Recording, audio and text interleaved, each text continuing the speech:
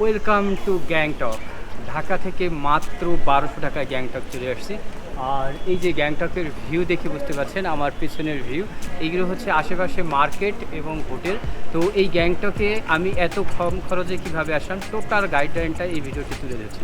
তো let's go, পুরোটা দেখতে থাকুন এবং সম্পূর্ণ ট্যুর গাইডলাইন নিয়ে নিন। শুরুতেই বলে দেই, যারা বাজেট ফ্রেন্ডলি সিকিম ট্যুর দিতে চাচ্ছেন তাদের জন্য এই ভিডিওটা খুবই হেল্পফুল হবে। তো সিকিম যাওয়ার জন্য আমি চলে আসলাম ঢাকা কল্যাণপুর বাস স্ট্যান্ডে। এখান থেকে হানিফ হিনো নন এসি বাসের 950 টাকা দিয়ে একটি টিকিট নিলাম, যাব বুড়িমারি পর্যন্ত। জানিয়ে রাখি, এখান থেকে হানিফ ছাড়াও মানিক, শ্যামলী, বুড়িমারি এক্সপ্রেস সহ বেশ কয়েকটি পরিবহনের বাস যায়। যাদের নন এসিগুলোর ভাড়া পড়বে 800 থেকে 1200 টাকা এবং এসি বিজনেস ক্লাস বা স্লিপারগুলোর ভাড়া পড়বে 1500 থেকে 2000 টাকা। তবে অধিকাংশ সময়গুলোতেই এই বাসগুলোর উপর ডিসকাউন্ট থাকে, আপনি দামাদামি করে কমিয়ে নিতে পারবেন। এছাড়াও এখন ঢাকা থেকে সরাসরি বুড়িমারি পর্যন্ত ট্রেন চালু হয়েছে, আপনি চাইলে ট্রেনেও যেতে পারবেন। ট্রেনে ভাড়া পড়বে 575 টাকা শোভন চেয়ারের ভাড়া। আর যদি আপনি এসি বা স্নিগ্ধায় যেতে চান তাহলে লালমনিরহাট পর্যন্ত এসি বা স্নিগ্ধাগুলোর টিকিট কাটতে হবে। সারা রাত জার্নি করে গিয়ে ওই দিনে আমি বর্ডার ক্রসিং করবো, তাই রাতের বাসে আমি জার্নি চুজ করে নিয়েছি। আর আমি যে বাসে যাচ্ছি সেটার যাত্রা শুরু হয়েছে ঠিক রাত 8টায়। এই বাসে করে আমি যাচ্ছি এখন। তো আপনাদের সুবিধার্থে যেতে যেতে আরও কিছু তথ্য আমি বলে রাখি। ঢাকা থেকে বুড়িমারির দূরত্ব প্রায় 400 কিলোমিটার, যা বাসে গেলে সময় লাগে 10 থেকে 12 ঘন্টা। এই সময়টা আপনাকে বাসে একটানা স্টে করতে হবে, সুতরাং টিকিট কাটার আগে অবশ্যই ভেবেচিন্তে টিকিট কাটবেন যে এই গরমের সময়ে আপনি এসি বাসে যাবেন না নন এসি বাসে যাবেন। ট্রেনে গেলেও ঠিক কিন্তু একই রকম সিদ্ধান্ত নিতে হবে, ভেবেচিন্তে সিদ্ধান্ত নিয়ে টিকিটগুলো কাটবেন। তো যেহেতু আমার একটি বাজেট ট্যুর প্ল্যান, তাই আমি নন এসি বাসে করেই রওনা করেছি। দীর্ঘ প্রায় 450 কিলোমিটার পাড়ি দিয়ে চলে এসেছি হচ্ছে ঠিক বুড়িমারি। আর বুড়িমারি হচ্ছে ঠিক লালমনিরহাট জেলার যে পাটগ্রাম উপজেলার মধ্যে একদম বর্ডার অঞ্চল। তো এখানে আসার পরে ঠিক ইন্ডিয়ার টাইমটা এখানে ধরে ফেলে, আর ঢাকার টাইমটা এখন হচ্ছে ঠিক 9টা 10। হ্যাঁ, আর এখানকার টাইম হচ্ছে 8টা 40। দেখুন, ঠিক 30 মিনিটের ডিস্টেন্স। আর আমি আছি এখন ঠিক কাউন্টারে, হানিফ বাসে করে আসছি, হানিফ কাউন্টারে এসে নেমেছি। আর আজকের প্রকৃতি বেশ নরম, তবে বৃষ্টিও ছিল। আর এই পাশে দেখুন বাসগুলো আমাদের হানিফ, বা এই পাশে হচ্ছে বুড়িমারি এক্সপ্রেসের বাসগুলো দেখতে পাচ্ছেন। আর এটা হচ্ছে ঠিক কাউন্টার। তো মোটামুটি আমাদের যাত্রা শুরু হয়েছিল 8টার দিকে, আর আমরা এখানে 8টা সাড়ে 8টার দিকে এখানে পৌঁছে গেছি। এখান থেকে কোন জায়গা কতটুকু দূরত্ব বা ডিস্টেন্স এখানে কিন্তু আমরা দেখতে পাচ্ছি। দার্জিলিং দেখাচ্ছে ঠিক 166 কিলোমিটার, শিলিগুড়ি 83 কিলোমিটার। তো এই জায়গা থেকে আমরা ঠিক পোর্ট ইমিগ্রেশনের কাজ শেষ করে আমরা চলে যাব। আপনাদের সুবিধার্থে কিছু অভিজ্ঞতা শেয়ার। ইমিগ্রেশনের কাজ সম্পন্ন করার জন্য আপনি যে বাসে করে আসছেন সেই বাস কাউন্টারের লোক অথবা এখানে বেশ কিছু দালাল আছে, তাদেরকে 200 টাকার বিনিময়ে দ্রুত কাজ শেষ করে নিতে পারেন। ঠিক ওপারে গিয়েও আপনার 100 থেকে 200 টাকা এক্সট্রা দিয়ে আবার কাজ সম্পন্ন করতে হবে। আর যদি আপনি নিজে নিজেই করতে চান তাহলেও করতে পারবেন।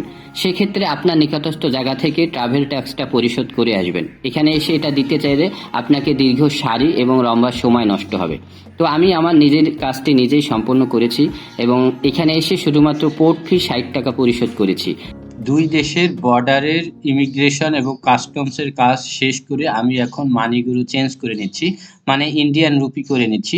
তবে মনে রাখবেন, এখন থেকে যত খরচ হবে সব খরচ কিন্তু ইন্ডিয়ান টাকায় হবে, সেই হিসাবগুলো ইন্ডিয়ান টাকায় হিসাব করবেন। একজন ব্যক্তি কত টাকা ক্যাশ বা কার্ডে বা ডলার নিয়ে আসতে পারে সেই সম্পর্কিত এবং কিভাবে টাকাটা নিলে আপনার লাভবান হবে, আপনি মানি এক্সচেঞ্জে বেশি টাকা পাবেন, সেই সম্পর্কিত ডিটেলস একটি ভিডিও আছে। সেই ভিডিওর লিঙ্কটা ডেসক্রিপশন বক্সে দেওয়া আছে এবং আই বাটনে দেখতে পাচ্ছেন। আপনারা চাইলে আমার চ্যানেল থেকে ভিডিওটি দেখে নিতে পারেন। এই যে পাসপোর্ট, মোটামুটি সব কাজ শেষ করে আমরা এখন রওনা দিয়েছি। তো প্রথমত বাংলাদেশ ইমিগ্রেশনের কাজ শেষ করে ইন্ডিয়ান ইমিগ্রেশনের কাজ।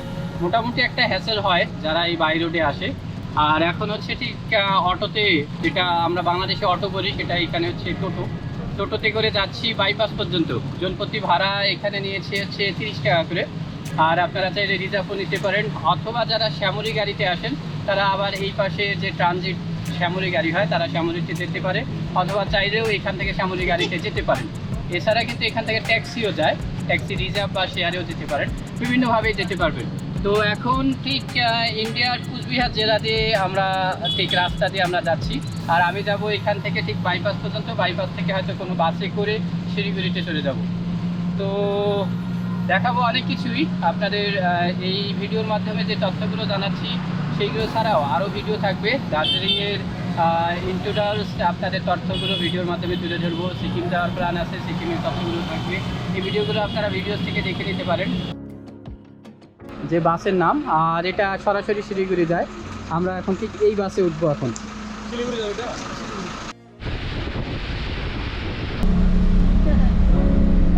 হ্যাঁ, একজনের 70 টাকা। আর আমরা তো বিভিন্নভাবে জেনে আসছি যে 60 টাকা 70 টাকা নাকি বিদেশিদের জন্য ভাড়া বেশি? বিদেশি আর লোকাল এখানে নাই, সবার জন্য 70 টাকা।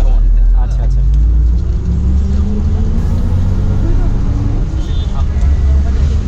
বেশ প্রশস্ত, অনেকগুলো লেন বিশিষ্ট রাস্তা, প্রকৃতি এবং রাস্তা দেখতে দেখতেই প্রায় শিলিগুড়ি চলে আসলাম। প্রায় 2.5 ঘন্টা মতো সময় লেগে গেল। আপনারা শিলিগুড়ির কোথায় নামবেন? যেহেতু আমি গ্যাংটক যাব, সেহেতু এসএনটি বাস স্ট্যান্ডের কাছে নামবো। কন্ডাক্টরকে বলে রাখবেন, প্রত্যেকটি বাস জংশন পর্যন্ত যায়, তো এসএনটি বাস স্ট্যান্ডের সামনে কন্ডাক্টরকে বলে রাখলে আপনাকে নামিয়ে দিবে। আমি এসএনটি বাস স্ট্যান্ডের সামনে নেমে পড়লাম। খুব ক্ষুধা পেয়েছে, ক্ষুধার আগে আমি গ্যাংটকের টিকিটটা কেটে নেব। টিকিটটা কেটে নেওয়ার পরে কিছু খেয়ে নিতে হবে। পিছনেই হচ্ছে এসএনটি বাস স্ট্যান্ড। যে জিপ গাড়ির লোকগুলো তারা আপনাকে ডাকবে, আপনি চাইলে জিপ গাড়িতে যেতে পারেন পার শেয়ারিং ভাড়া হিসাবে বা রিজার্ভে। আর ভিতরে আছে ঠিক গভর্নমেন্ট যে বাসগুলো সেইগুলোতে। চলুন আমরা সেইগুলো জানবো এখন। সে ঠিক এসএনটি বাস স্ট্যান্ড, আর এখান থেকেই ঠিক সিকিম পেরিংয়ে যাওয়ার গাড়িগুলো এখান থেকে ছেড়ে যায়। ভিতরে দেখতে পাচ্ছেন অনেক গাড়ি। 190 টাকা দিয়ে আমি এখানে একটি টিকিট কেটে নিলাম। ঠিক এই শিলিগুড়ি থেকে সিকিম গ্যাংটক পর্যন্ত যাবে। এটা হচ্ছে সরকার কর্তৃক নির্ধারিত টাইম এবং যে ভাড়ার চার্টটা দেখতে পাচ্ছেন। এই যে ঠিক গ্যাংটক, পেরিং এবং হচ্ছে যে সিকিম যাওয়ার যে নির্ধারিত বাসগুলো, এখানে দেখুন এসি আছে কিন্তু হাতে গোনা কয়েকটা বাস, বেশিরভাগই হচ্ছে নন এসি বাস। এর কারণ হচ্ছে আপনি যেই এলাকাটায় যাচ্ছেন সেটা এমনিতেই ঠান্ডা পরিবেশের এলাকা, তো মানুষের চাহিদা হয়তো অবশ্যই নন এসি বাসের বেশি, এজন্য এখানে নন এসি বাসের সংখ্যায় বেশি। আর আমার সিট হচ্ছে এইটা। সাদা টি শার্ট পরা এই দিদি হচ্ছে এই বাসের কন্ট্রাক্টর। তিনি বাসের সকল যাত্রী এবং সবকিছু চেক করে বাসটি ছাড়ার প্রস্তুতি নিচ্ছে। আর আমরা শিলিগুড়ি থেকে গ্যাংটকের উদ্দেশ্যে রওনা করলাম। সবুজ প্রকৃতি, মায়াবী সৌন্দর্য দেখতে দেখতে আমরা গ্যাংটকের উদ্দেশ্যে যাচ্ছি। আর আমাদের এই বাসের পরিচালক হচ্ছে এই দাদা কিন্তু খুব মজার মানুষ। অনেকক্ষণ দাদার সাথে গল্প করেছি। যেতে যেতে খুব গুরুত্বপূর্ণ একটা তথ্য শেয়ার করি। যারা সিকিম ঘুরতে আসবেন অবশ্যই ট্যুরিস্ট ভিসা করে আসবেন, বিজনেস মেডিকেল ভিসা করে কিন্তু সিকিম ঘুরতে পারবেন না। তো শিলিগুড়ি আসার পরে এখানে বাস স্ট্যান্ডে কিন্তু অবশ্যই পারমিশন করে নেবেন। একটা পারমিশন ফর্ম আছে, বাস স্ট্যান্ড থেকে করে নেবেন, যেটা আমি দেখাবো একটু পরে। প্রকৃতি যতটা সুন্দর ততটা ভয়ঙ্করও কিন্তু, কারণ এই পাহাড়ি রাস্তাগুলো দেখতেই কতটা ভয় লাগছে সেটা আপনারা ভিডিওতেও দেখতে পাচ্ছেন। দারুণ উঁচু উঁচু পাহাড়, যার পাশ দিয়ে রাস্তা চলেছে এবং রাস্তা দিকে সাইডে তাকালেই যেন ভয়ঙ্কর দৃশ্য কাজ করছে। তো আমরা দেখতে দেখতে চলে আসলাম রানীপুরের এখানে এখন দেখাবো ঠিক পারমিশনের ফর্মটা, এবং এখানে আবারও আপনাকে আলাদা স্টেটে যাওয়ার একটা পারমিশন সিল করে নিতে হবে। গ্যাংটক যেটা তো এরকম হচ্ছে, আপনারা যখন যাবেন প্রত্যেকেরই কিন্তু এই যে চেকপোস্টে এন্ট্রি করে নিতে হবে। তারা পাসপোর্টে সিল মেরে দিবে এবং যখন চলে যাবেন যাওয়ার সময় তারা চেক আউটে সিল মেরে দেবে। ঠিক আছে, এই ভুলটা কখনোই করবেন না। যদি গাড়ি কোনোভাবে মিসিং করে আপনাকে নিয়ে যেতে পারে, আপনি নিজেরাই বলবেন যে আমি বাইরে থেকে আসছি, গাড়িকে জানিয়ে রাখবেন, তাহলে আপনারা এই কাজটা করবেন। যে আমার এখানে এখন ঠিক চেক ইন করার যে তারা এন্ট্রি করছে এবং এন্ট্রি করে তারা সিল মেরে দেবে। ঠিক আছে, তো দেখুন আপনারা এই যে এখানে অনুমতির জন্য দেখুন যে ফর্মটা ওখানে দিয়েছিল, হ্যাঁ এসএমডি ইয়াতে এখানে একটা সিল মেরে দিয়েছে, দেখছেন এখানে সিল দিয়েছে, এবং পাসপোর্টেও আপনার ভিসাতে যে আছে এখানে সিল। আপনি যে একটা অন্য একটা স্টেটে ঘুরতে যাচ্ছেন সেই সিলটা পাসপোর্টে দিয়ে দেবেন। তো আপনারা নিজের থেকে এটা করে নেবেন। আর এটা ঠিক চেকিং, এই যে দেখাই আমি সামনে আছে এটা গেট, হ্যাঁ এই গেটে যখনই আপনি প্রবেশ করবেন তখনই এটা আপনার এখানে চেকিংটা করে নেবেন, আবার এখান থেকে চলে যাওয়ার সময় চেক আউট করে নেবেন। এই ভুলটা করা যাবে না। চলুন। দেখুন এখান থেকেই দেখাচ্ছে যে দার্জিলিং হচ্ছে 58 কিলোমিটার, শিলিগুড়ি 77, এনজিপি 91, কালিম্পো 35। হ্যাঁ,